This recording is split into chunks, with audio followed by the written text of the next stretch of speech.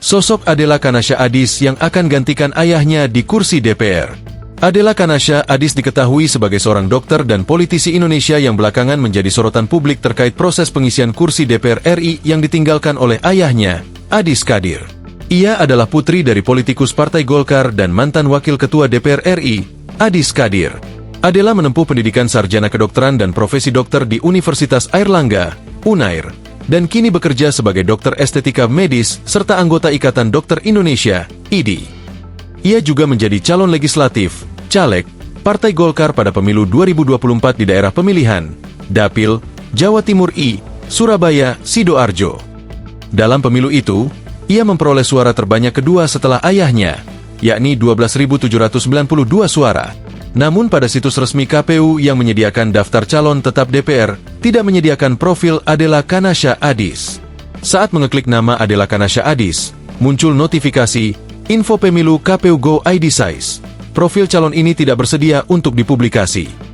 Begitu pula profil caleg lainnya juga tidak bisa diakses.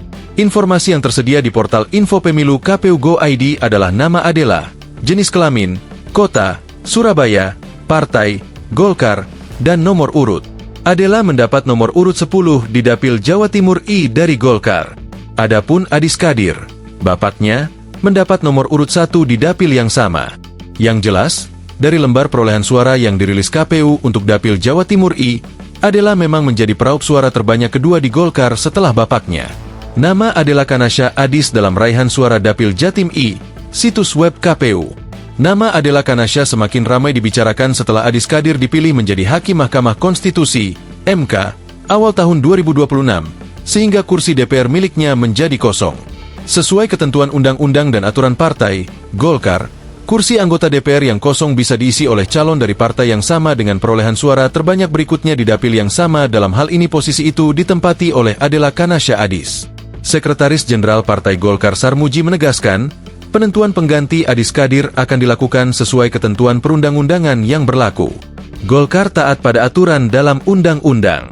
Pengganti Pak Adis adalah caleg dengan perolehan suara terbanyak berikutnya, kata Sarmuji saat dihubungi, Kamis 29 Januari 2026. Hanya menyatakan digantikan oleh caleg dengan perolehan suara terbanyak berikutnya, ujarnya.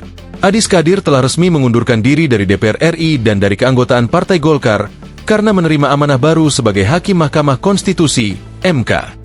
Pembacaan sumpah jabatan Adis dilakukan langsung oleh Presiden RI, Prabowo Subianto, di Istana Negara pada Kamis, 5 Februari 2026, berdasarkan keputusan Presiden nomor 9P tahun 2026 tentang pemberhentian dan pengangkatan Hakim Konstitusi yang diajukan DPR.